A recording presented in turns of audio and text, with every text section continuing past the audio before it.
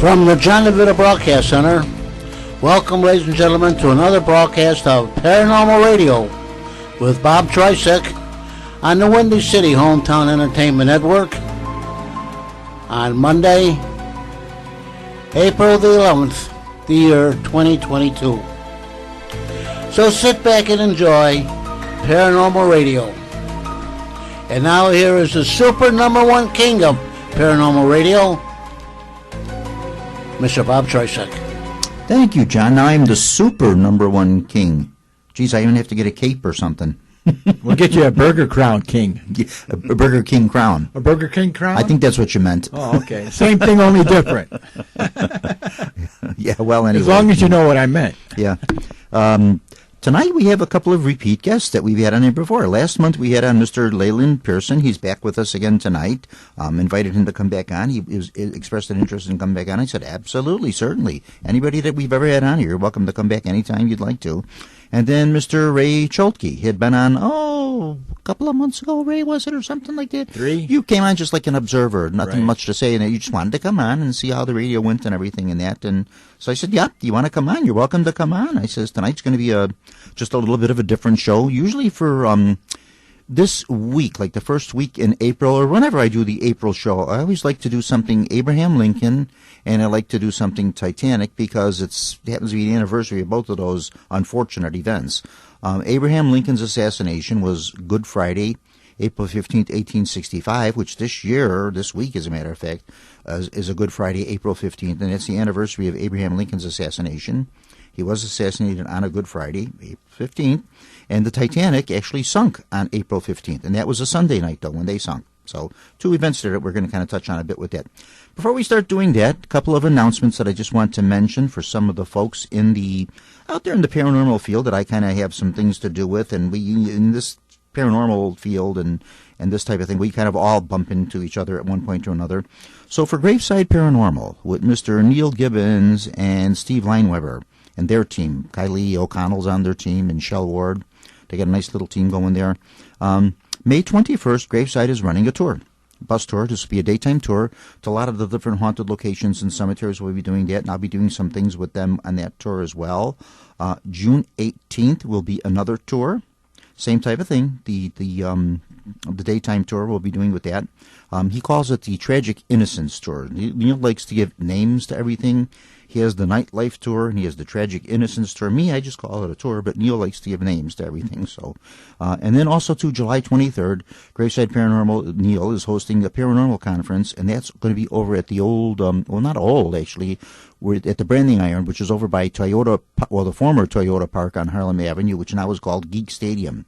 And they'll be hosting the paranormal conference there, and it's going to be great. There's a lot of vendors and different paranormal people in the field and just all sorts of things. And we got a couple of little fun events, some other little entertaining events that we're going to be planning with that event too. If you are interested in securing a spot for that, just go up on Graveside Paranormal on their website, Graveside Paranormal on Facebook page, and it'll show all these things here, how you can book the tour if you would like to, if you want to get yourself a spot for the vendor, or just anything that you're looking for on their team and what they do. Clockwork Mobile Escape Rooms. That's what Mr. Colin Dunlop. Colin runs these fabulous escape rooms and does axe throwing and does different events and that. There again, go up on the Clockwork Mobile Escape Rooms Facebook page. Find out what they do, where he's at. He's also doing something else now, too, with the jumpoline things for the kids. He does that, so he's getting involved in a couple of things. And later on down the line in October, I'll be working with Colin hopefully on a couple of different projects here. We're getting the ball rolling on those now. He planned these things way ahead. Mr. Jack Chavez, another friend of Paranormal Radio and a friend of every place all over the place.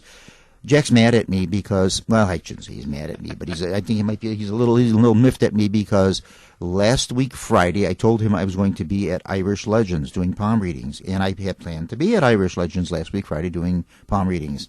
And Jack likes to show up everywhere. You open up your freezer, Jack comes out of the freezer. If you open up your dryer, Jack comes out. He's just everywhere. He's all over the place. I don't know how he does it. He's just all over the place. I think there's 2 of him, actually. But anyway, I wound up not going to Irish Legends because the day before Thursday, I got my 4th shot for the COVID. I got the 2nd booster shot, and then I had a reaction to that. I didn't think I was going to, because so far every one of those darn shots I've gotten, I've had a reaction to. and did have a reaction with that, and I was laid up in bed all day with that, just with the headache and the body ache and couldn't move, and it was just awful. I didn't even eat or nothing, so I wound up not going to Irish Legends. However, I will be at Irish Legends this week. It's either going to be the Thursday or the Friday. I'm not sure which night I will be there, but I will be at Irish Legends this week doing palm readings there with them. So that I've got going on with that. The Bridgeview Park District, they are holding a Super Paracon. And I hope I'm not being too early announcing this, because I don't know if Kylie has announced anything about that. But September 17th, they're hosting like a super paranormal conference over at the Bridgeview Park District there. They're doing that, and they do a great job with that. They did one, first one they did a couple of years ago was really fantastic. They had the son of Svengoolie out there, and a lot of different people, a lot of different vendors, different speakers, different things going on. If you're interested in securing a spot with that, give the Park District a ring. Mention that. She may already have that pretty well planned out, though, because Kylie's pretty on the ball about things, so we'll touch base with her. And then I'm doing a couple of tours with them, too. One of our tours, we got the Chinatown tour already sold out, so I'm happy about that. And we'll be doing a Geneva, Illinois tour, too. Haunted Geneva, Illinois, and some different things with that. So that'll be coming up in, is that May? No, the Chinatown tour is May 13th. That's Friday the 13th. And then the Geneva, Illinois tour will be in June, I believe that one is. The dates will be up there on their website page with that. Give them a ring about that. Moonlight Bean, Curiosity and Monster Shop. If you remember Carrie Bean, she was on the show a couple of months ago and was an interesting guest in that. And, of course, I invited Carrie to come back on, but Carrie actually is busy with other things then. She made her apology. She says, "No, Bob, I can't come on." I said, don't worry about it. You come on when you can. No one's forcing you. You don't have a contract here. They're at 5561 West 127th Street. That's in Crestwood, Illinois. And she's got a really neat shop there that sells all kind of stuff. And she's at a lot of these events, setting up shop there and doing things in that. And they will be hosting May 13th and 14th, their 1-year anniversary for the store. They're having like an anniversary celebration there. And I'll be there with them doing palm readings. And they're having a tarot card reader there and other different things they'll have going on there. And that's some special events she's got planned with that. So check them out. Give them a shot. Some of these other events here, and that's that. So if you want to look for something to do in the paranormal or something interesting, something different to do, check out some of these events. Guests for tonight, Mr. Leland Pierson. Welcome back, sir. Thanks for having me. You're most welcome. Anybody that I've ever had on the show, I've always invited them back. There's never been anybody, maybe there was one. I shouldn't say that I would say I didn't want back. No, not really. Just anybody's always been welcome to come back on. And Mr. Pierson came on last month with Nat and Elliot, who did a really fantastic show. All three of them did great with that, and that was neat. And I said, this month I'll be doing what I'm doing, Titanic and Abraham Lincoln. He said, you'd like to come on? I said, sure, come on. He said, but I don't know anything about Titanic. And I said, well, you will after tonight. You'll know things about Titanic. You might even spark you an interest. You might start doing some research on Titanic. Sometimes this is how these things work. And then Mr. Ray Choltke, who I see Ray just about every day over at the Elsip Library where I live. Ray's on one computer doing all his work with his hockey team and things he does, and I'm on another computer looking up stuff on YouTube and doing some things that I do and contacting different people and that. And I asked Ray, I said, Ray, come on, you want to take a ride with me today? We're going to do the radio. So Ray hopped in, and away we went. So here we are. So welcome back on, Ray. Thank you. Okay. Good to be here. Going to learn a lot. Is that all you're going to say for tonight? Or King Burger or Burger King. You're back to that one, huh? We're back to that. Yeah, we have our little X-Files lead in their music for us, and that's really good. Also, too, thanks to Mr. John Chikanda. I really don't thank him enough. He does a lot for this show, posts the shows up, puts them up on YouTube, does all that. He does a lot of work and things like that, and I'll be meeting with John tomorrow afternoon, a couple of different projects and things. I want to work on some things with John that, and I want to see if we can throw some things his way maybe and give him a little more recognition than he gets, because he does a lot of things here that you don't see, the people that do the behind-the-scene work. And then, of course, John DeVita, thank you for letting me come here once a month and do these shows, John. Thank you so much. So, okay, with all that said, we're going to talk Titanic. I pulled up a sheet out of, I wonder where I got this. I actually got this last year because it's dated 4/26/21. So I probably was using this for last year's show. 57 facts about the Titanic. What do you know about the Titanic, Leland? See, I know that the Titanic was a luxury cruise liner, first of its kind. Not the first of its kind, but the biggest ever. I did a little research before coming on because I didn't want to come in. I know a little bit, but not a whole everybody. lot. Well, you've seen the movie and things and this and that, so you know something about. Everybody knows something about Titanic. I know that it sank April 12th around 2 a.m. You're pretty close. You've been doing your work. It was 2:20. Yeah, 2:20 a.m. Yeah. And then there's been a lot of debate on what actually made the boat sink. I think they kind of nailed it down in the last few years, it seems like. And then also, my friend pointed out, who's a little older than me, that they didn't know where the boat was until 1985. Yeah, that's absolutely true. They found the ship in 1985. I had joined the Titanic Historical Society. I think the year before I joined it. And then, boom, the next year they actually found the ship in 1985. Yeah, after 73 years, they found the wreck of the Titanic. They didn't think they'd ever find it, yeah. So good. See, you did some of your homework. You know some things there, yeah. Interesting facts about Titanic. It's an interesting story. It's a very tragic story. It's a sad thing that it had to happen. I pulled a sheet up here. It's 57 facts about the Titanic. And I got this off of... I don't know where I picked this up at. Somewhere online I got this, and it's been a while ago. Oh, USA Today. This is USA Today. I got this off there. So I'm going to give you that. You can read some of the facts about this. We don't have to read all 57, and I'll tell you something about it. Whatever it is, you don't have to do all 57. Anything on there, if you see something interesting on those, and you say, let me see if you know something about this. There might be something on there I don't know about, but usually I'm pretty up on my Titanic stuff, so... It's sort of like try to stump Bob with a Titanic question. Everybody at home get a pen and pencil and make 2 columns, leave 1 blank, because Bob's going to know. And if I really don't know it, I'll make something up and it's just going to sound good and you won't know what I'm talking about anyway. That's why you leave 1 column blank. I'm going to split these up with Ray. Here you go. Ooh. We'll see about stumping Bob. So, do you want us to ask you questions? Or? You could read what it is or ask me a question, whatever you want to do. Yeah, those are all the facts. Should we try like 57 facts. We can try to quiz them. Okay. Oh, geez. Let's see. How many years did it take to build the ship?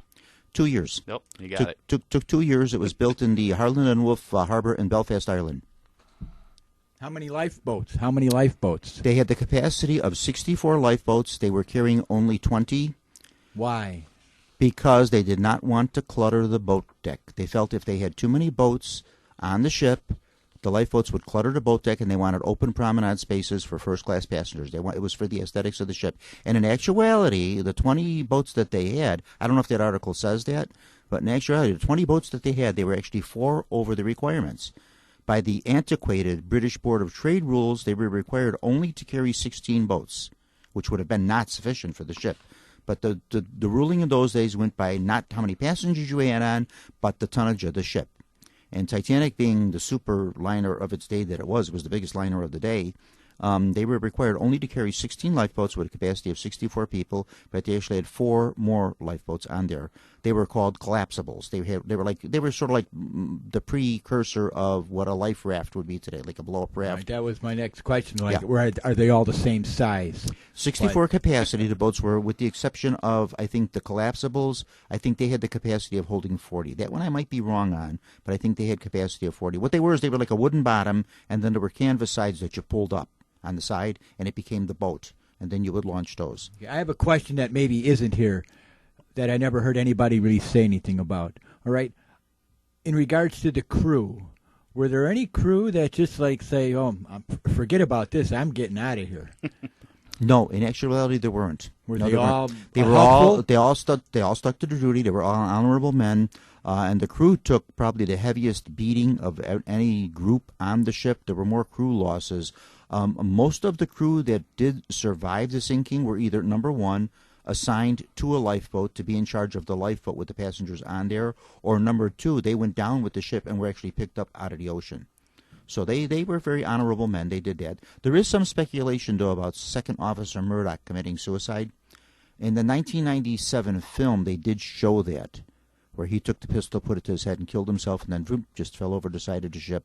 They're not actually certain if that did happen or not. They really don't know. They think it may have, but they're not 100% certain on it. His family or his ancestors were kind of a little upset about that. Yeah. So speaking of the crew and stuff, I don't know if it's on these papers or not, but I did, and you probably know way more about it, but one of the stories of the last person to actually leave the ship, technically, was the head baker. Yeah. Have you heard that? Yep. Jocelyn, he left the ship off the back of the bow, and he was in the water for about 2 hours before he got picked up. Yeah, he actually survived in the cold because he really doused himself with whiskey pretty good. He gave himself, and he says that he what's the word I'm looking for? That he credits to saving his life because he felt warm and he was a little immune to the cold because the water now was below freezing. Water was below freezing. When you hit that, and hypothermia sets in really quickly. You've got maybe a half an hour that you can stay in water that cold before hypothermia How will set far in. along, like, were they into the journey when this happened? They were about 350 miles off the coast of Newfoundland. They were heading for New York. That's where they were docking. So they weren't all that far away. They were still a couple of days out, and actually they were making pretty good time. They would have gotten there a day earlier, a day ahead of schedule, which would have been good for them. And a lot of people think, well, that's probably why they were speeding in the water where they shouldn't have been, and that wouldn't have happened. So there was more time left than. Yeah, but that wasn't really their goal. That wasn't their goal. But they Right. were getting close to their goal. They were heading to New York. So the ship, where the ship is at now, the two pieces of the ship that are down there, the wreck site, it's about 350 miles off the coast of Newfoundland, out in the North Atlantic. That's where it's at. Yeah. Now, with the speed and stuff with the boat going, it's almost topped out in speed. Have you heard this about the coal fire in the Titanic? Yes, that's an interesting theory. Yeah, now that one came to light fairly recently. Nice, good question. So you've been doing your homework. I did a deep dive on Yeah. YouTube, so half the things I know are probably not true. Yeah, there. In actuality, I think that a coal fire in one of the bunkers may have contributed to Titanic's demise. When they left harbor, of course, now Belfast, when they left, and then their next stop would have been Cherbourg, France. They picked up more passengers there, and then from Cherbourg, it was out across the Atlantic and off to New York. But there was a coal bunker fire in the Titanic that they think was going the whole time they were on, and they were working to try to put the fire out in the coal bunker. And they think that may also have been something that contributed to Titanic sinking, because the metal may have gotten too hot and brittle in the cold water, the freezing water in the North Atlantic, and they think that the metal may have been actually a little defective too. I heard, too, on one of the documentaries I was watching, because of the coal fire, the only way, for anybody that doesn't know, the way that you fight coal is use the coal, because you can't really put The out dust. a coal fire. So it's just them dumping all this coal in there to keep and that just kept the speed going up. Yeah, they burned 825 tons of coal a day. Can you imagine 825 tons of coal? That's a tremendous, pardon me, that is a tremendous amount of coal for anything to burn. So that was a lot of fuel. And ironically, for Titanic's launch in 1912, for the maiden voyage, they had to borrow coal from other ships to make the crossing because there was a coal strike. And a lot of other liners were docked and couldn't go because they couldn't get enough coal, but they wanted Titanic to make the maiden voyage, so they borrowed coal from other ships and everything to make the voyage. And that also was sort of, at the time, probably a fortunate thing, but it wound up being very unfortunate because a lot of other passengers that would have gone on other liners got transferred to Titanic for the maiden voyage that may not have been on there. What's the word I'm looking for? Ballast? Did that have ballast? What you have to do is what they used to do was a thing called keeping the ship in trim, and you had men that were called trimmers, and they were part of the Black Gang, and the Black Gang were the coal men that worked with the coal. Yeah. They worked in 4-hour shift. They shoveled coal into the Baymount furnaces. These boilers were huge boilers, and that's what their job was. And you kept the ship in trim. Now, you had all this coal down on the bottom of the ship where the boilers were in that. So you couldn't just take the coal from one side of the ship or the ship would be off balance. So you had to keep the ship in trim. So some coal went from here, some coal went from there, some coal went from the middle. So you had to have somebody kind of in charge of all that. It was kind of skilled, so they kept the ship in balance in that. So that's you had trimmers that did that. That's what they did. That was their job. Yeah. And they were called the Black Gang because they worked down there. And by the time they finished their 4-hour shift shoveling coal, they came up pretty black from all the coal dust. Yeah. What do you think sank the Titanic? Obviously the iceberg, but there's these theories about like what was it? It only really pierced like a couple inches into the boat. Yeah, we will never really know that because the bow is buried down on the wreck site. It's about 70 feet into the sediment on the bottom of the ocean. So we can't actually see where the damage that the iceberg would have caused is in it. Now, originally they thought it cut a solid gash, a 300-foot gash through the ship. Now they've come up with the theory that no, that couldn't be true because if it was an actual 300-foot gash to the ship, it would have sunk a lot faster. So what they think now is it may have bumped along the side of the iceberg, popped some of the rivets, maybe laid little like dots and dashes into it, and that sunk it like that. And then the other theory is about, I mentioned it just a bit earlier, about the metal being defective. and it got brittle. So hitting the berg like that may have actually caused the metal to crack and the plates to split. So it might have been a combination of things. Some of that we will never really know, but there are just some theories about it. Now, have you heard? Oh, sorry. If we have supposedly men on the moon and all this, why can't that thing just be brought up? Isn't there some, depth or whatever? Yeah, there's a couple of reasons for it. Number one, the ship is not intact as they originally thought. When the ship first went down, they always thought, with the exception of some politics? No. A couple things why you wouldn't bring the ship up. They thought that the ship went down all in one piece, and it's actually not. It's in two pieces, broken, and they're quite a distance apart from the other. The bow section is in one part, and the stern, which is pretty mangled and turned around in the opposite direction, is in an entirely different spot. And in between, you have a huge debris field with all sorts of things from the ship scattered in between. Part of the reason you couldn't really bring it up is you would wreck the wreck bringing it up. Once it comes up and it gets into the air, the oxidation and everything from being under, it would just probably disintegrate very quickly. And number two, basically it is a grave site. I mean, 1,500 people lost their lives in this. A lot of them were carried down to the ocean floor with it. So it pretty much is a grave site. So I don't know if you really want to disturb a site like that and bring that up that way. And then the other reason is, what would you really do with it? Yeah, what would be the purpose? What would you really do with it? I bet you there'd be people building something right now just to have people lined up to pay to see it. Oh, they don't have to do that. They're already building replicas. They're building Titanic 2 and all these things. The real thing. Yeah. Coca-Cola. Yeah. Well, they do have a lot of pieces. If you went to any of the Titanic exhibits, they have what they call the big piece, which is a real big section of the hull that they brought up with the metal on it. You could actually see how thick the metal is, and it's got some of the portholes on it and that. And it's the huge piece that they brought up. And you've probably seen some of the video, if you were looking at video footage of Titanic and that. Didn't they showed it go when they brought to Science and Industry here in Chicago? It was and actually what they had to do when they brought it to the Science and Industry, they had to cut out a part of one of the doorways to actually fit it in there. So they had to cut part of the doorway out to get it into the museum and then re-brick it after it was done. And then and then when it went out, then they had to cut it open again and re-brick it back up. Back to bringing things up into oxidation. Like my comment again, if we have people on the moon, why can't it be packaged somehow so that it could be preserved as they bring it up, so you wouldn't have to worry about oxidation? It probably could, but it would probably not be a very cost-effective thing to do. Yeah, it would be you're rubbing your fingers together. It would be extremely expensive to do. It's also like the way they even brought up the big piece. See, I guess maybe I know a little bit more. Is how do you think they would have brought it up? How do you think they took this giant piece of metal and they brought it up? I don't think they would. I think they would cut it. No, when they did, the one that we're talking about, the way they brought that up, it wasn't. You can't bring a balloon or something down there. You can't bring air because then it would just implode. Because of the depth, and the pressure depth at that. Yeah. So they actually use these balloon-like objects filled with diesel, because diesel floats and it floats slow enough and you can control it. And then actually, once it got up about, I think it was like 20 feet from the surface, it slipped and it fell right back down to the ocean. But they eventually did get it. They got it, yeah. And that's a tiny piece. Now imagine bringing up this giant boat. When it was in the Museum of Science and Industry, I went to that exhibit a couple of times. I went to, and then a couple of years later, they brought it back again. And it was even better the second time around. That, and when I went in the room where the big piece was displayed, there hanging in it, there were of course two security guards in there. And I asked him, I says, "Hey, are you allowed to touch it?" And he said, "Yeah, you can go ahead." So I went up to touch the metal because I wanted to feel the metal in that and see how thick it was. And it was a huge, big, thick piece of metal, so it was pretty thick and that. And cool, And then I left. I looked at everything and I left. I kind of went out. And then after that, other people came in and they asked the same thing. And he told them, "No, you can't." So maybe I just got lucky because I was like the only person in there. And he said, "Yeah, go ahead and do it." But if they, a bunch of people, they wouldn't let you do it. But then they did have a piece of metal, like some of the other debris that they brought up. And they had it like in a little case, like in plexiglass, and you could stick your hand in and you could touch that piece too. So if you just wanted to touch the metal and that kind of thing, to just kind of feel what the metal felt like. But yeah. Did we answer your question? Somewhat. Okay. Yeah.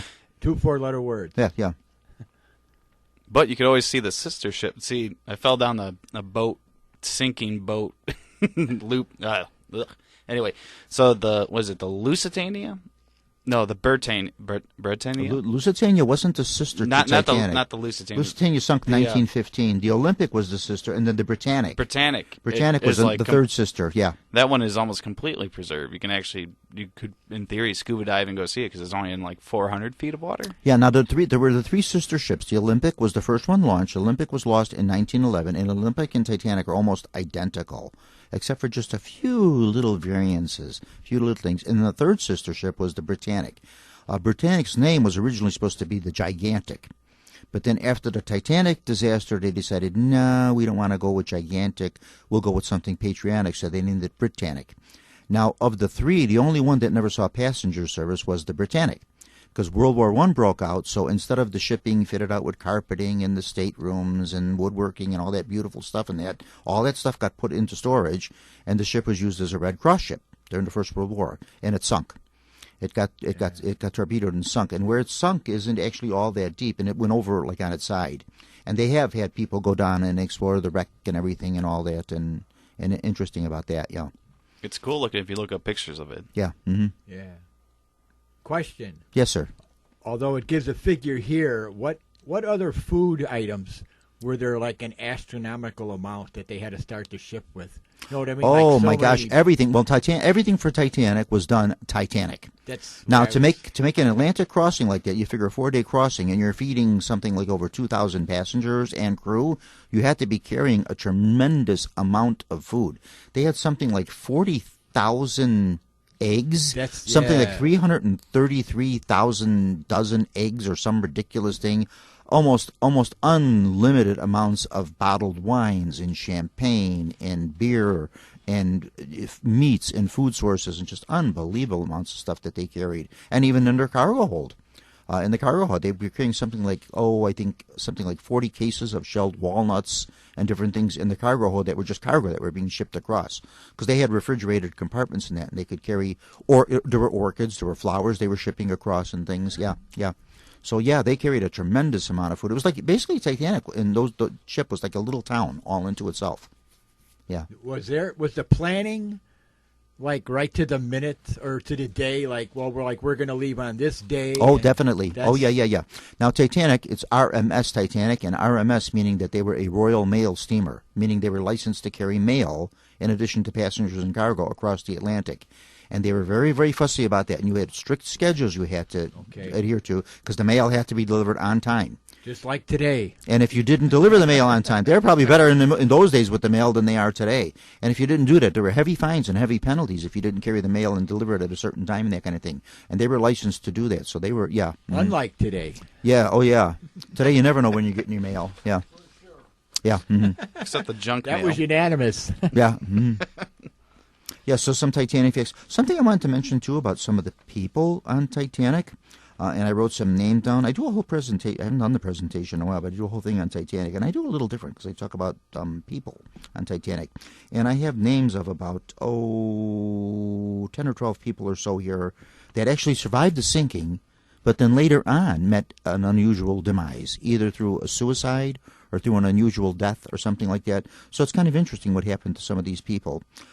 First one would be Annie Robinson, and Annie Robinson was a stewardess on the Titanic, one of only 23 women of the crew that served on Titanic. She served as a stewardess, and she survived the sinking in one of the lifeboats.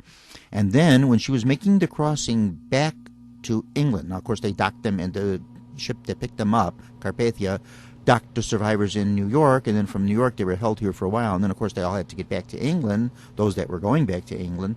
And Annie then was making the crossing again to visit a daughter that I believe lived in Boston. This part of the story I may have wrong, but she was coming back to the States to visit a daughter. And what happened was the liner that she was crossing on, a foghorn went off on the ship. They came into a fog, and she panicked, thinking this was like Titanic all over again. It just hit her the wrong way, and she jumped overboard and killed herself and committed suicide. Yeah, here, surviving Titanic, and she did this. She was a young girl at the time of the sinking, was Phyllis May Quick. She was a young girl traveling with her family, and she survived the sinking as a young girl, and then grew up and had a productive life. She worked for the telephone company, married, had children, the whole thing and all that. And then for no apparent reason that anyone could figure out in the 1950s, took a gun, put it to her head, and killed herself. Boom, just like that. Frederick Fleet, who was actually in the Crow's Nest, crew member, was in the Crow's Nest, and he's the man that actually spotted the iceberg.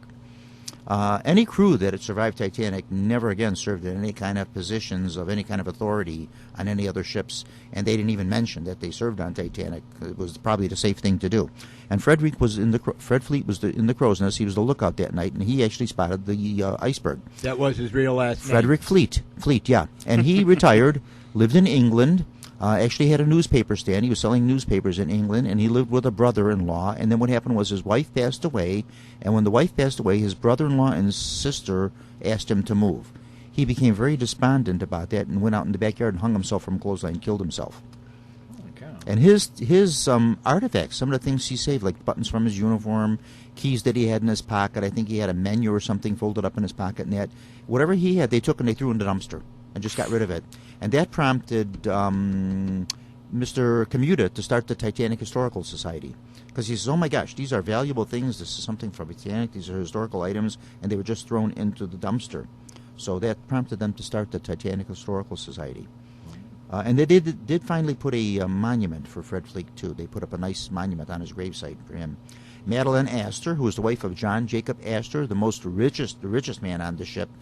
John Jacob Astor in 1912 was worth about $85 million, which in today's dollars is about $2 billion.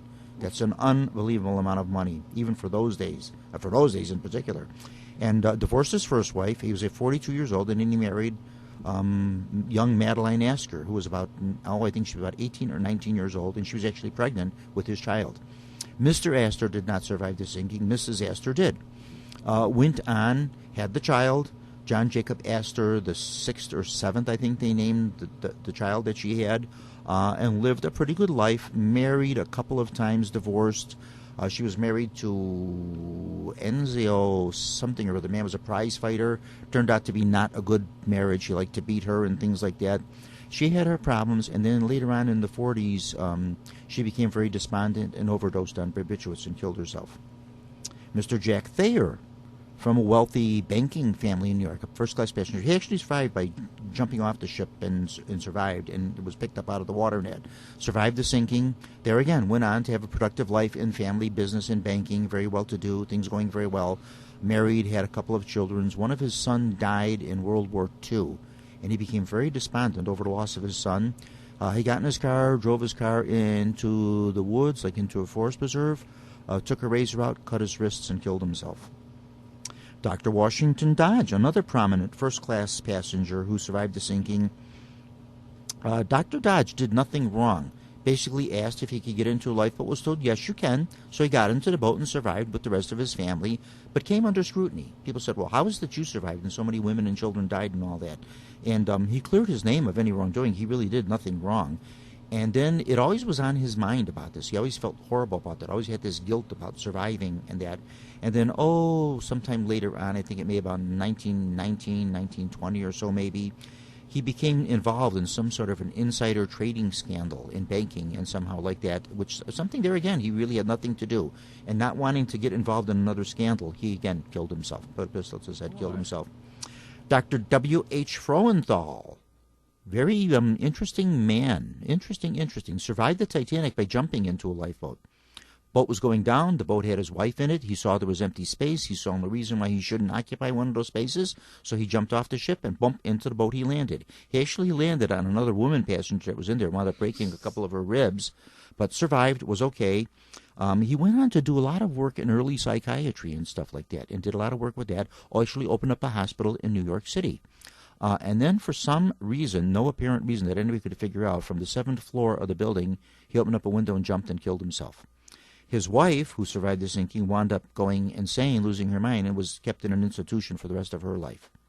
Well, depressing in many ways. Yeah. And in actuality, Dr. Froenthal's ghost is seen in that building still exists in New York. And this would be a little bit with the paranormal. His ghost has been known to be seen in that building, walking from what was his office to where the windows were, and possibly taking his last jump there. Yeah.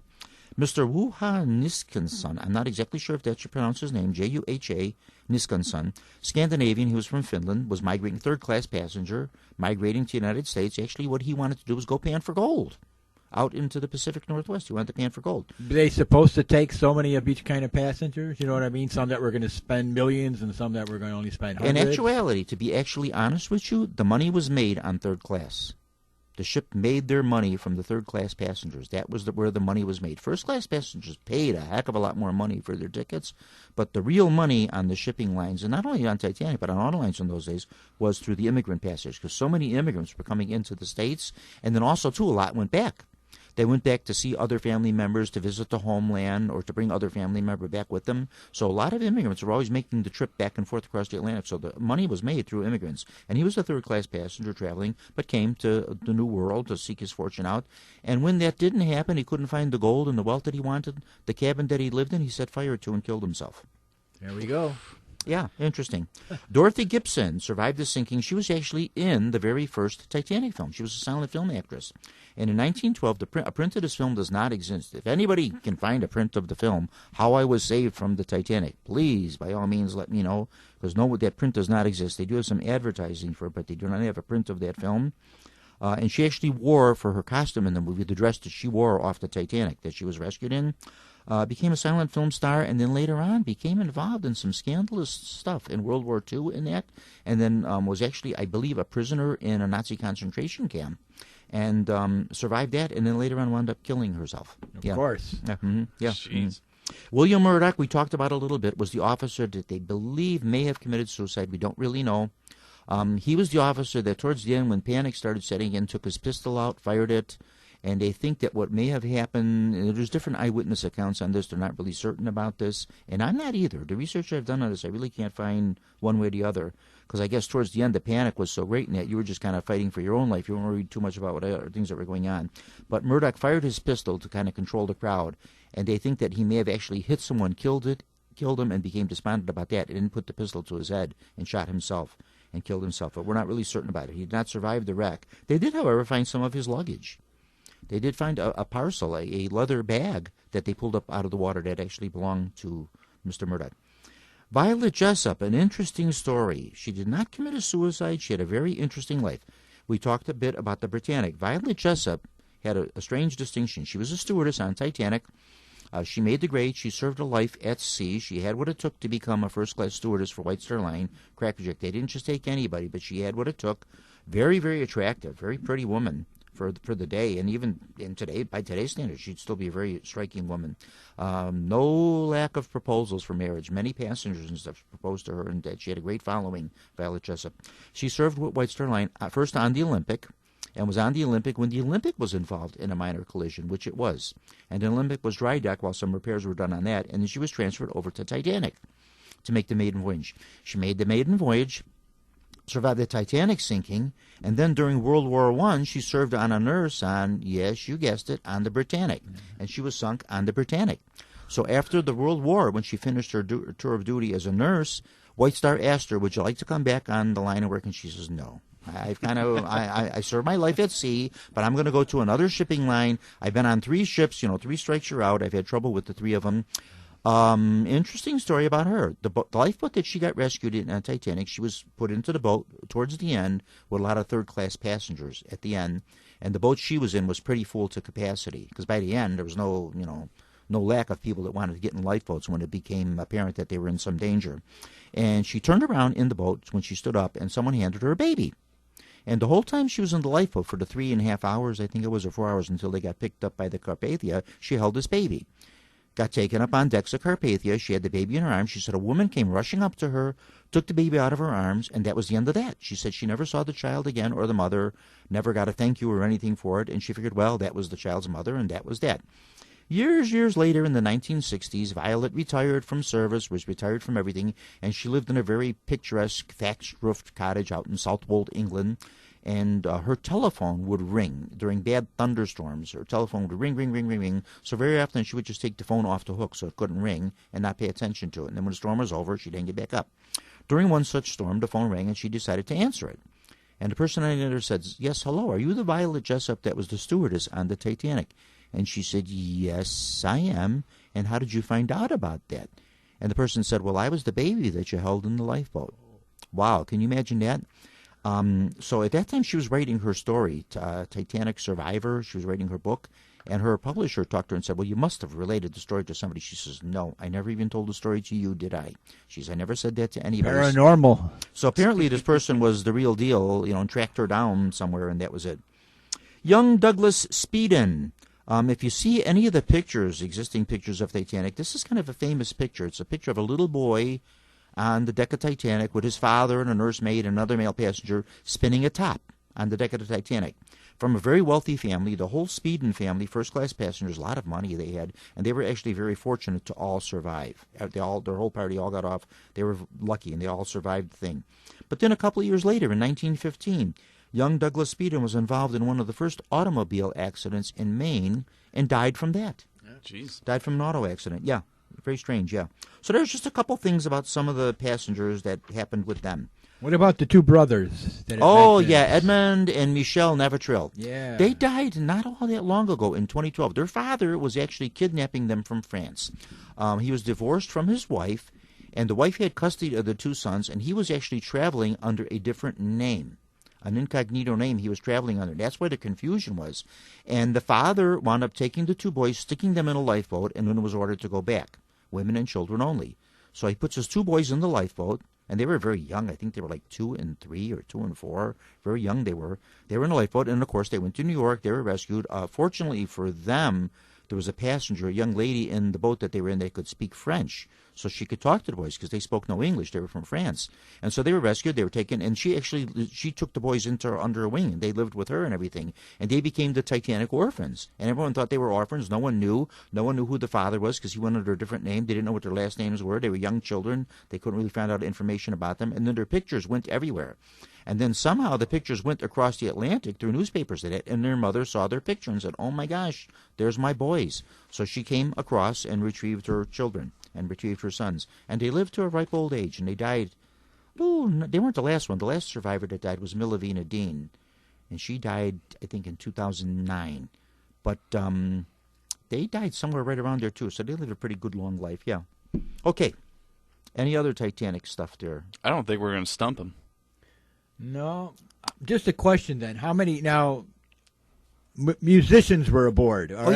Yeah. Uh-huh. Okay. But were there any, let's say, some groups that, let's say, signed up for the voyage that were like, let's say maybe, I don't know, like another group of singers or something like that? Oh, no, nothing like that. No. They had a just band. for the trip. They had a band, and I forget how big the band was. I think it might have been a 12-piece band, and there was something like 800... over 800 numbers, musical numbers, and they were required to memorize all those numbers because passengers, first-class passengers and second-class passengers were giving a list of songs that the band played. So Does that band have a name? No, they weren't a band. No? They were like a stock band for White Star Line, and they were put together for that. But they were crackerjack players, and they were like the best. You got the best that you could get, and they had to know all these numbers by number. So if you said number 1, they would know number 1 was Alexander's Ragtime Band, or number 10 was Oh You Beautiful Doll, or whatever it may be, and they would play that. So if a passenger asked them by request, they could play it.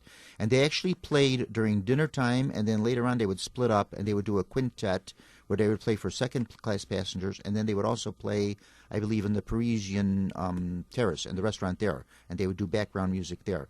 And then, of course, became very famous at the end when the ship was sinking for staying on duty and playing to the end. A little bit of controversy, too, about the last song played. Many, many people, including most movies that you see, It's Nearer, My God, to Thee, that is played as the last song the band played when the ship went down. And my feeling is, what song did they play when the ship went down? Nothing. Because by that time, the deck would have been sloping so much you couldn't play a musical instrument, let alone hang on for dear life. But the general consensus is that it was Nearer, My God, to Thee, but some people said, no, it was another song. It was an old Episcopalian hymn called Autumn, or the Song of Autumn. And they believe that was. So it's a little controversial. When you're kind of on a ship that's sinking and you're finding a space in a lifeboat or maybe jumping into the water or something, I don't think you're really paying too much attention to music. How about naming me, only because I see that it said first-class passengers had a heating swimming pool. Aside from a heated swimming pool, like in your opinion, name me 3 things that you think like, wow, they have that on board? They had a gymnasium. A library? A library, a reading room, library, a Turkish bath. Turkish bath was an extra amenity. It cost $1. $1 in those days, $1 today sounds like nothing, but $1 in 1912 bought your dinner in a first-class restaurant. So $1 to use the Turkish bath was quite a lot of money to pay in those days. That was amenity that was open up to first-class passengers. The swimming pool was the first of its kind on an ocean liner. It was salt water, heated. There were separate bathing times for... Still full to this day. Yeah. Oh, yeah. Yeah. There were separate hours for women bathers and separate hours for men. Likewise with the Turkish bath, separate hours. You booked your time in advance. There was a squash racket court on board too. And then you had the gymnasium. And the gymnasium on Titanic in 1912 was a little different from gymnasium today. There was a rowing machine. There was something called the electric camel, the electric horse, and you rode these machines, and it simulated a camel ride. It simulated, because a lot of these passengers traveled to Egypt and things like that. And so this supposedly brought back memories for them when they were riding a camel to the pyramids and all this kind of thing. And when they actually found the wreck in 1985, you could peer through the windows and see the gymnasium. You could see the handles from some of the machines and some of the grating that covered over the gearing on the machines. But now, since 1985, it's all collapsed in. The decks have really deteriorated quite a lot more, and it's collapsed in. You can't see anything of the gymnasium now. But you could actually look in there and see some of that antiquated equipment. I think I might be able to stump him. Do you know who supplied some of the equipment in the gymnasium? Very famous person. I don't. The Kellogg's brothers.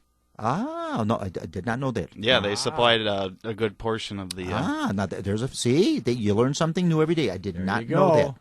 That I did not know. Now, if I'm wrong, sorry, I read that on the internet. Yeah, I did not know that. So Kellogg's of Battle Creek, the cereal people. Yeah, they supplied the equipment. Back in the day, the Kellogg's brothers, one of them was very into fitness, and that's what kind of started cereal and stuff, because he thought if you chewed it like 38 times, it was a healthy way to digest food. Cool. Now, see, that I did not know. There you go. Ding, were there, a fact. You think there were there, like, what would I say, a logo or their name on the equipment? I'm sure somewhere. That would be something. You stumped me on Titanic, so you win a chocolate Easter bunny. There you I'm go. leaving. I'm leaving. You get a chocolate bunny. I got one for you, too. Never mind it. I'm staying. Okay, so just a little bit about Titanic, some things you may or may not have known. Thank you, guys. Interesting questions like that, and he actually stumped me. We're going to go off Titanic now. We're going to go to Abraham Lincoln. Now, what do you know about Abraham Lincoln? Everybody knows something about Abraham Lincoln. He was tall. He was tall, man. Yep, okay. We know a lot about that. His hat was tall. He was tall. His hat was tall. We're going to concentrate a little bit on Abraham Lincoln, on the assassination of Lincoln. And many people do not know it. Now, this I have to read because I don't memorize all of this. I can memorize and retain just so much, and that's it. Great job with getting that candy, Leland. I'll share with you. But many people do not know it. But Abraham Lincoln, of course, now when he died, in Washington, D.C., he was assassinated. And, of course, they had a funeral for him in the East Room of the White House. And then his body went to the Capitol Rotunda. And then, of course, en route by train to Springfield, Illinois for permanent burial. Every city that he stopped in along the way had some sort of Lincoln tribute or some sort of Lincoln memorial or some sort of visitation. So his body was pretty well embalmed. Just about every city they stopped in, they had to have the embalmer that traveled with them refreshing the body, do things to it and that, because, by now, decomposition is going to start in. So that's why his body stayed in pretty good preservation for all these years. And as far as we know, it could still be preserved pretty well because they used so much embalming fluid on him because there were so many visitations, so many people. He was the first president that was assassinated. So many people wanted to pay their respects. But before he was actually buried permanently in the vault that he's in Springfield, his body was moved 17 different times before it was permanently buried. And his casket was opened up 5 different times to make sure, indeed, that it was him in there. And did you not say that, like, it was once or twice in the same day? Where body was moved. It was moved. Because there was actually a plot to kidnap his body, take his body, and hold it for ransom and that. And then they caught wind of it, and then they thought that the robbers would come back again. So the board of trustees that were in charge of Oak Ridge Cemetery, the caretakers in charge of the Lincoln Tomb, actually moved it again. And then they went back like later on at night and moved it because they were afraid they might come back and try to find it. So he moved around quite a lot before he was permanently buried. Some of this because they were afraid of someone kidnapping and holding the body. 3 men that actually did kidnap it the first time were never brought up on. They were caught, but they weren't brought up on charges because he said it wasn't a crime to steal a cadaver. Even though this was the president of the United States, it wasn't a crime, so they weren't brought up on charges. They were caught. They gave it a little slap on the hands, and away they went, and that was it. Today it'd be a different story about that. But anyway, he was moved, and I've got a whole listing here of all the times he was moved. And finally, the last time, this all started, of course, from May 4th, 1865, when he was buried in the receiving vault in Oak Ridge Cemetery while his permanent tomb was being built, and it ended on September 20th. But then actually a little later, too, because in the 1930s, they had to move him around again a little bit. September 26, 1901 was actually the very last time that Lincoln's body was moved and put permanently in. Robert Lincoln, by this time, the last surviving son of Abraham Lincoln, his 4 sons, had enough of this.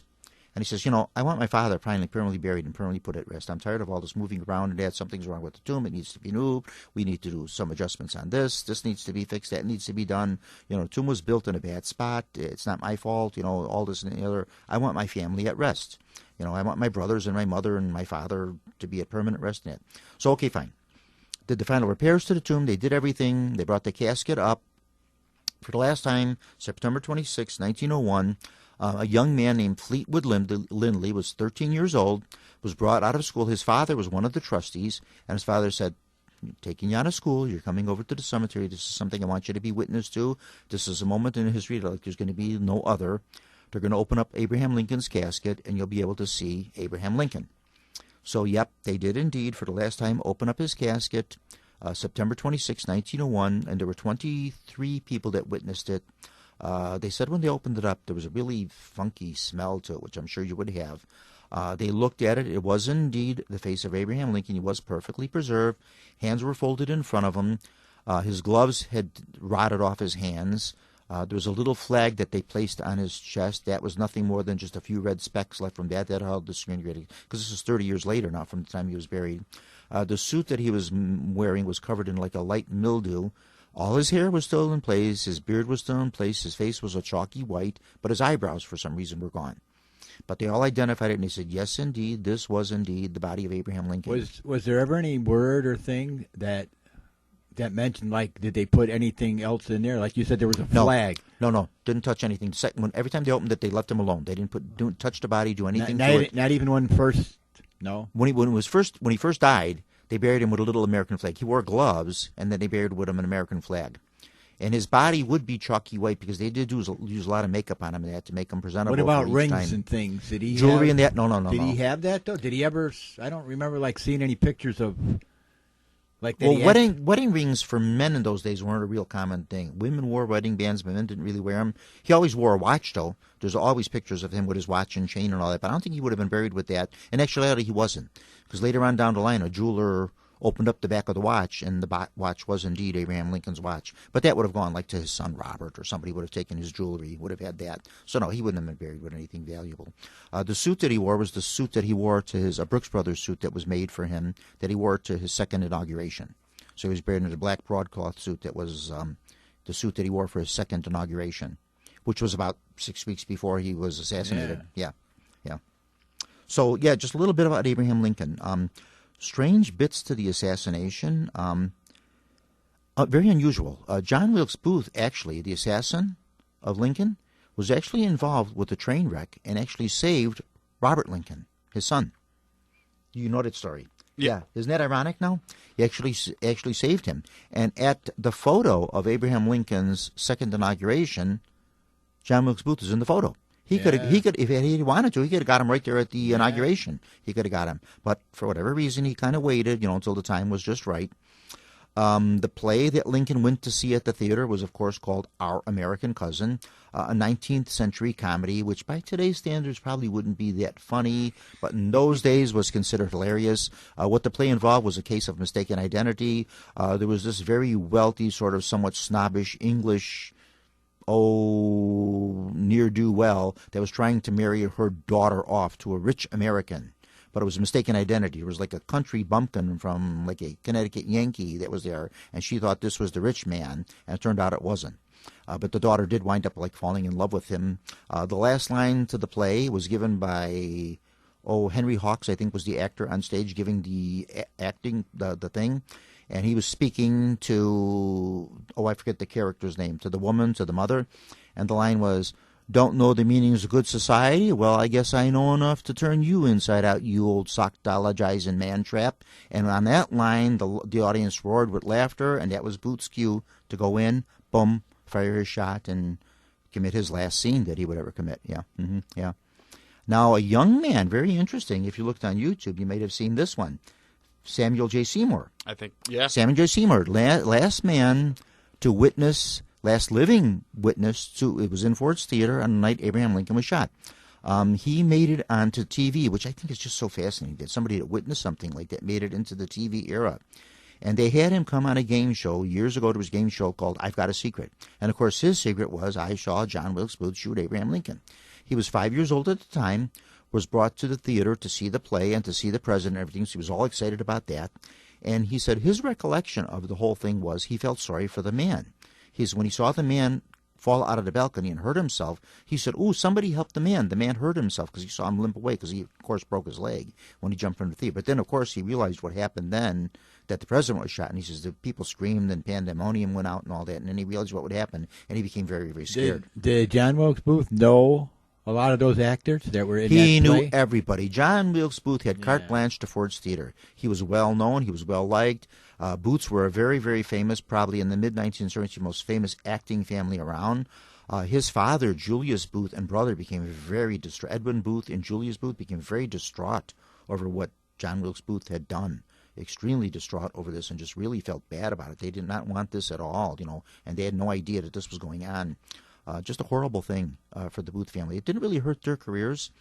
There's actually some speculation, too, about John Wilkes Booth may not have been shot in the tobacco barn like they said, that he may have escaped and later had some plastic surgery done and lived for a while longer. And they really don't know about that.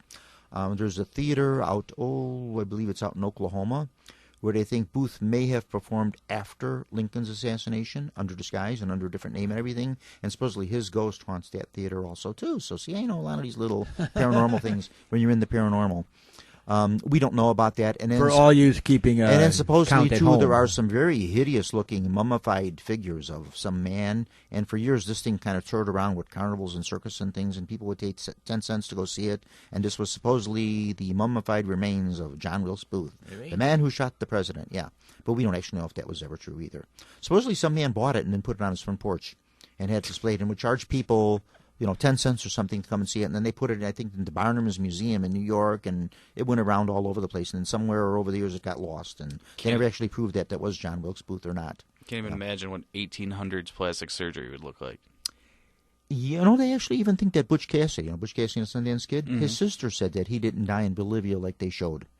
We're coming on to another subject here, but plastic surgery triggered the thought for me. His sister said, nope, he did not die. She's later on in the 1930s, when I was a little girl, he drove up in a Model T Ford, and it was Butch. It was him, but he had went to Europe. He went to Paris, and he had some plastic surgery done to change his look so he wouldn't be recognized. I just don't believe, because it's like, this is way off topic, but it's just like the World War I veterans that would have their masks, and that was their version of plastic surgery, and that's 40 years after. And that was still, it was fine, but it was basically just wearing a mask. So doesn't it make you think? Okay, how much money did Private John Brown, World War II veteran, have next to, say, somebody more wealthy or more prominent? You could pay more money. You could get better. America's biggest fugitive? I don't know. I don't know. Yeah, I don't know. Yeah, most wanted. But of course, now if he went in Europe and had this done, you could go under a different name, I feel like if he made it to Europe, though, especially back then. But anyway, we don't know. So there are just a few facts about that. Anything about Lincoln you want to say, Mr. Ray? Bring up the fact too about. Remember what we were talking about, when he was going from Springfield to Washington on the train. Oh yeah, mm-hmm. And they had to take like 5 different trains. Oh sure, yeah, mm-hmm. Because each train company, the width of the tracks was different. Yep. So they couldn't take, and that's why it took so long to get there. Also, too, it was part of a security reason, too. Yeah. They didn't want anybody to know the exact route of the president-elect because almost from the get-go, Lincoln had assassination threats dumped on him right from the get-go. Pinkerton, like you said? Yeah. Oh, yeah, Pinkerton detectives. There was actually a Pinkerton detective with him in Ford City.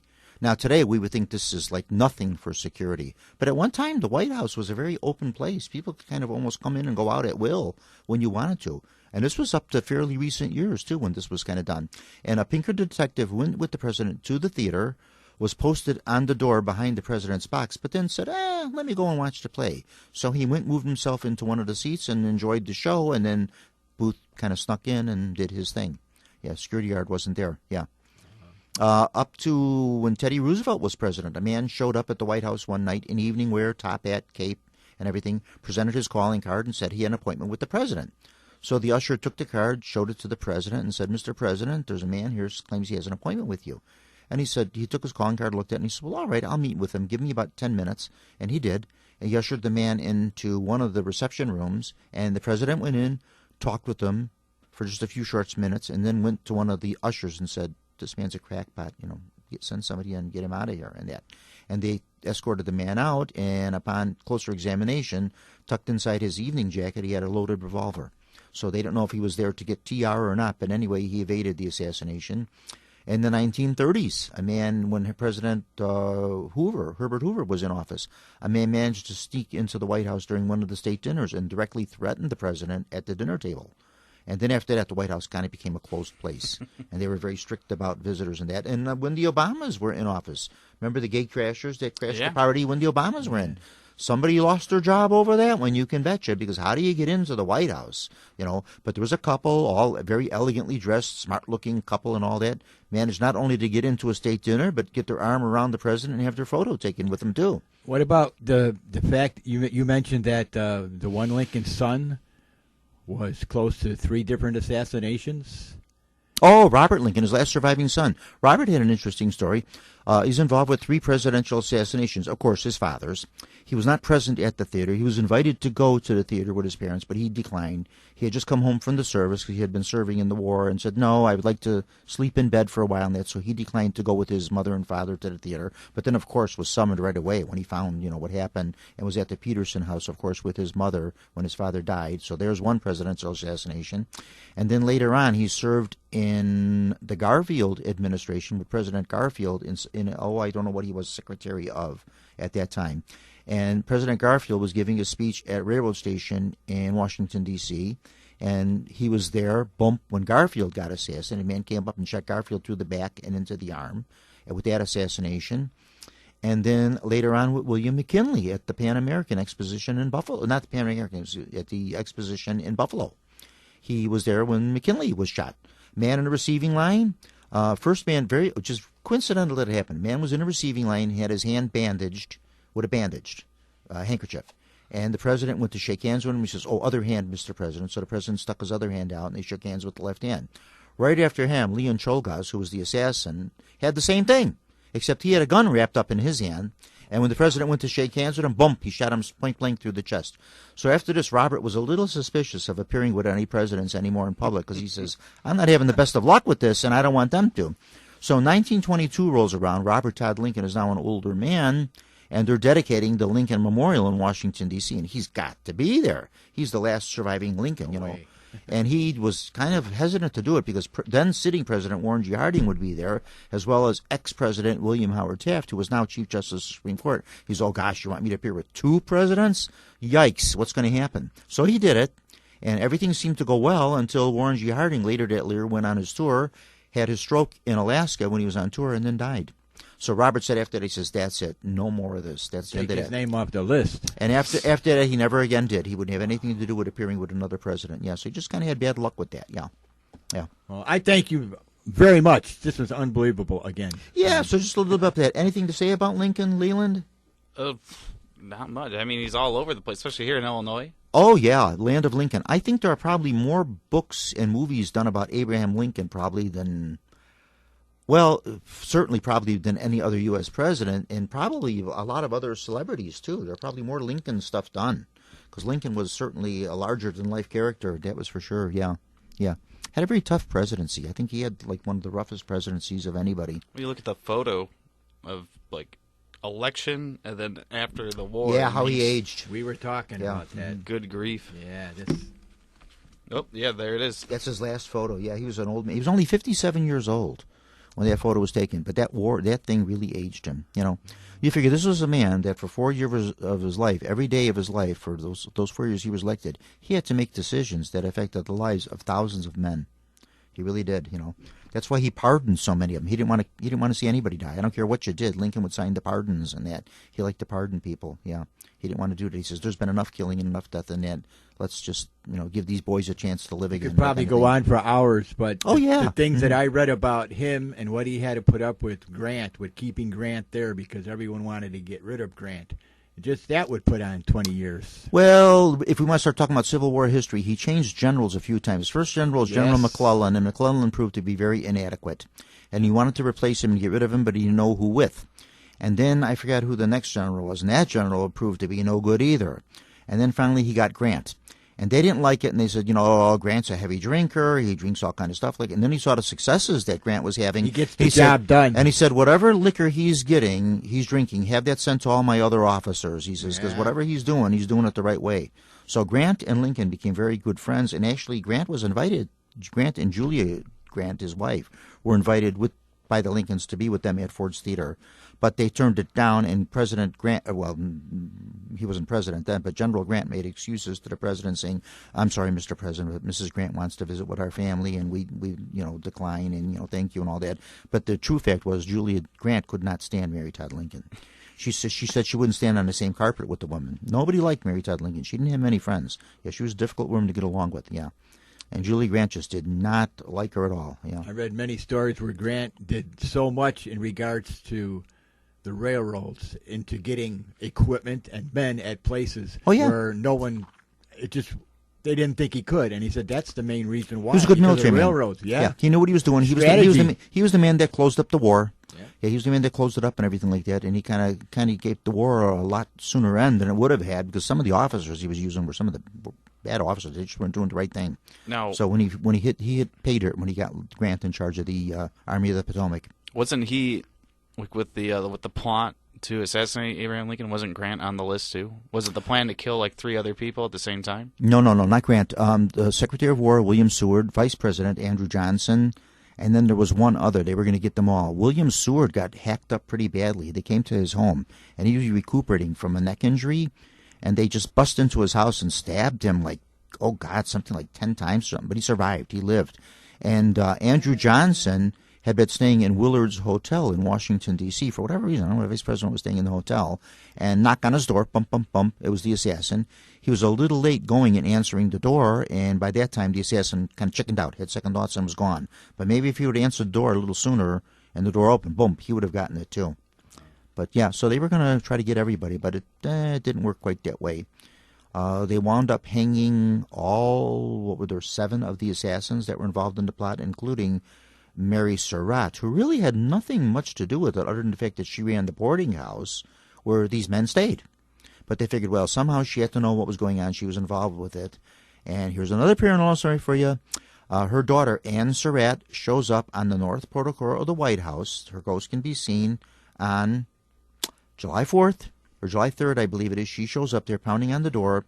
She was trying to get in to see President Johnson to get a pardon for her mother, pleading for her mother's life, which didn't happen. Her mother got hanged. I think Mary Surratt was one of the first women executed in this country. She was hanged, along with the other conspirators and the other assassins, yeah. Yeah, they got them very quickly, and they done that. And then you guys all know the strange coincidences between the Lincoln and the Kennedy assassination. Yeah. Lincoln had a Secretary Kennedy. Kennedy had a Secretary Lincoln. Both men were shot in the presence of their wives.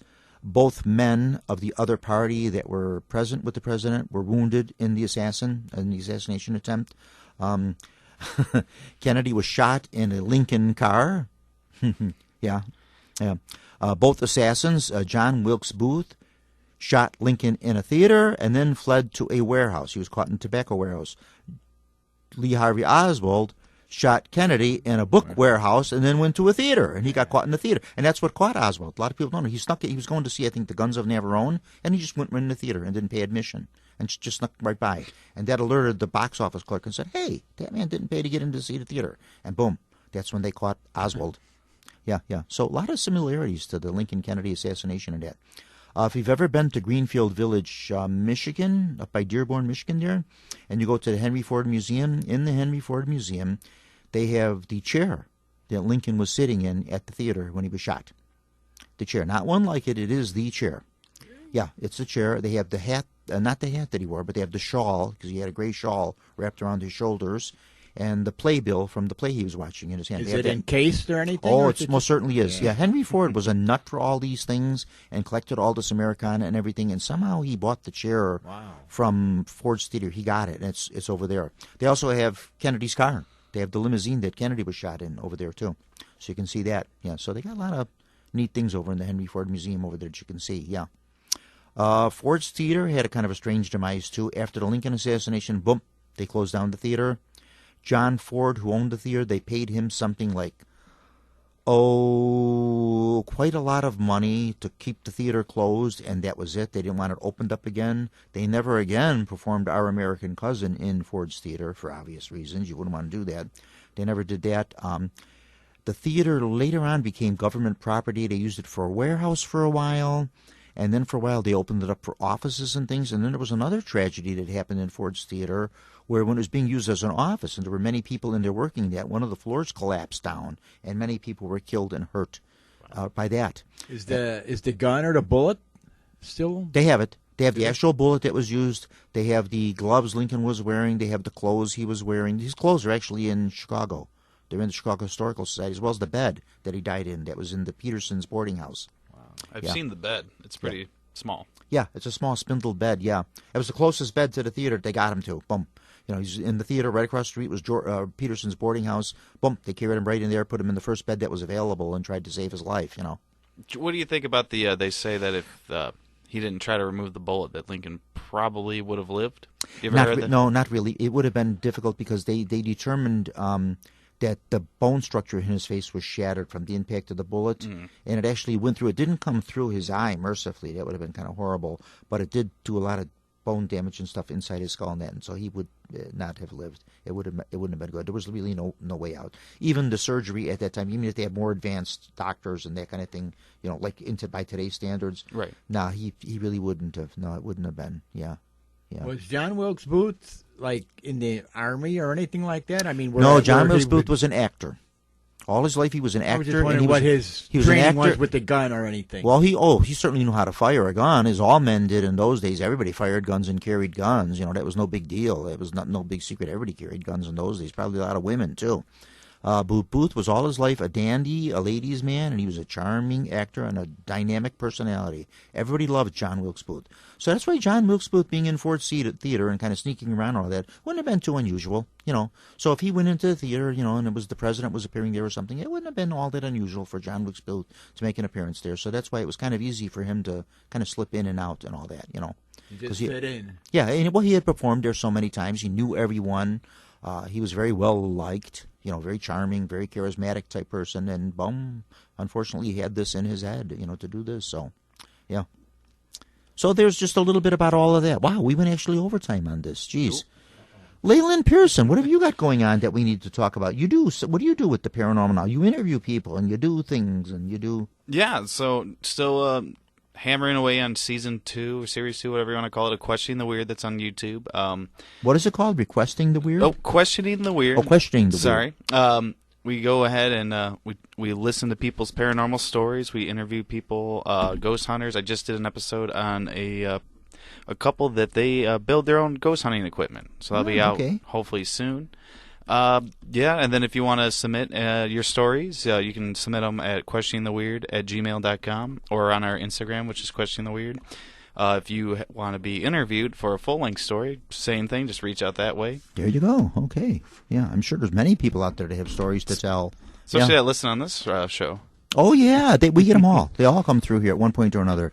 Yeah, I'm amazed sometimes at some of the folks that have come on the show, and they've been all fantastic. We've had some fantastic people here in the field. And we preempted the Sox and the Cubs and the Bulls today, so there. Oh, I didn't know they were playing tonight. I didn't know. They never do. Yeah, I didn't know. I've been gone all day because I leave early to come up here and do the show and that, you know, to avoid the traffic and that kind of thing. Well, you were with me, so you know, because you were up here with me, so yeah, you know. So, yeah. Mm-hmm. Thank you, Bob. Thank you, Leland. Yeah. No, thank you. Thank you, gentlemen, for coming back on. Thank you so much. Anytime. Yeah. Mm-hmm. No, anytime you want to come on, you're welcome to come back on. Tomorrow.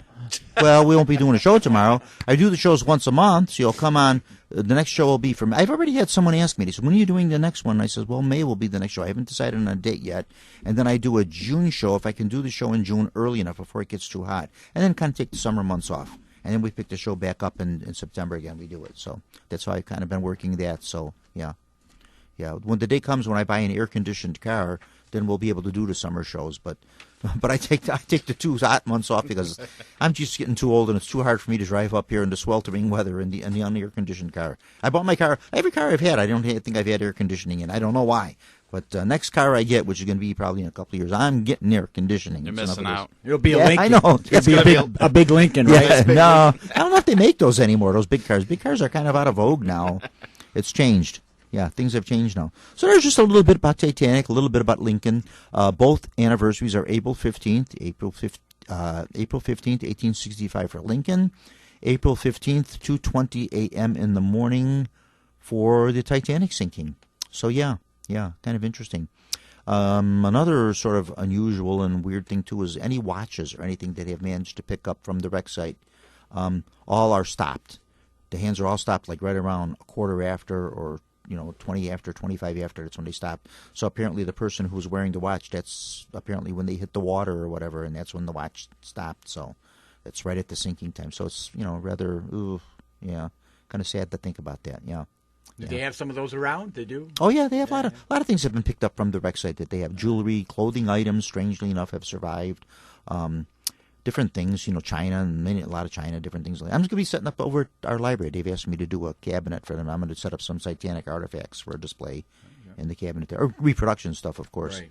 Yeah, the only thing you're actually allowed to buy that comes from the ship itself, that's actually something from the ship that you are allowed to buy, is a piece of coal. Some of the coal that they pick up from the ocean floor that was actually on Titanic from the wreck site, they are selling little chunks of that, and you can buy that. And I think they sell them for... I got two of them. One I actually bought myself when I went to one of the exhibits, and then my sister-in-law very generously gave me one for my birthday or something like that. And that one is in a little glass case sitting on the coffee table there in the living room. Everybody right next to my Tyrannosaurus tooth. Oh, there you go. Which it really is. And so you can buy that, but any other things, no, they're not allowed to be sold. Yeah, they have to go into... The agreement was that any artifacts picked up from the wreck site had to go into private exhibitions, and they couldn't be sold to the public. Some letters and things that are owned by private people can be sold to the public. So, say you had an ancestor or somebody that was on the ship, your grandparent or great-grandmother or whoever it may have been, great-grandfather or whatever was on the ship, and they have some sort of an artifact that they may have carried off and you had, if you want to sell that, you can.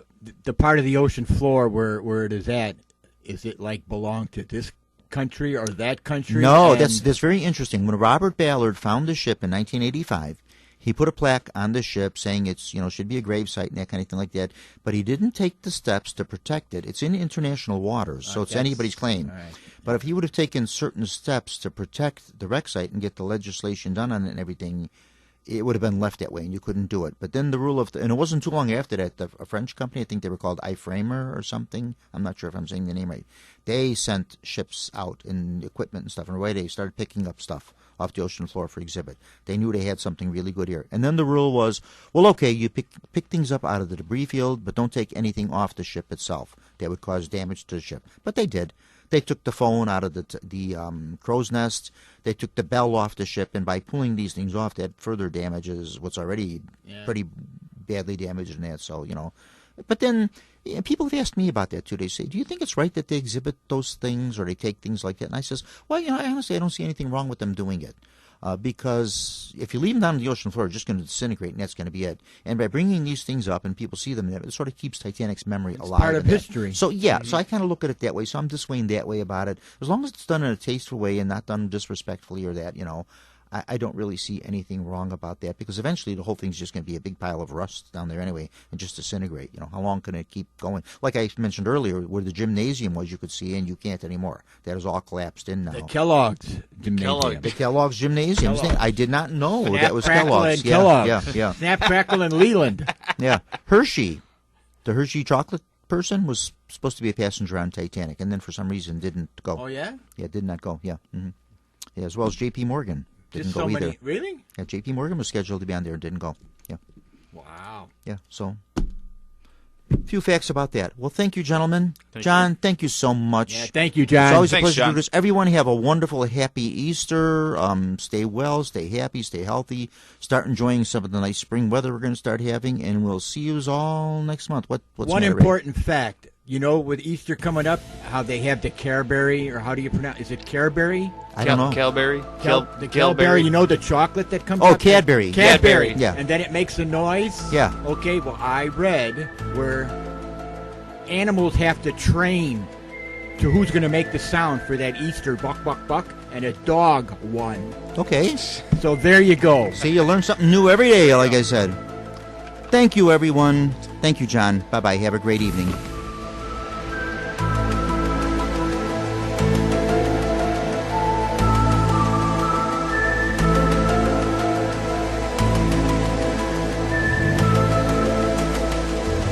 You have been...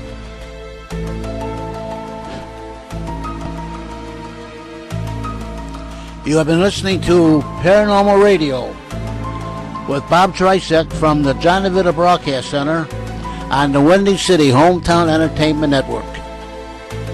Paranormal Radio was directed by John DeVita, and the executive producer of Windy City Hometown Entertainment Network is Mr. John Seconda. This broadcast was pre-recorded on Monday, April the 11th, the year 2022. Until next time, friends, thanks for listening, and Happy Easter to all our great listeners.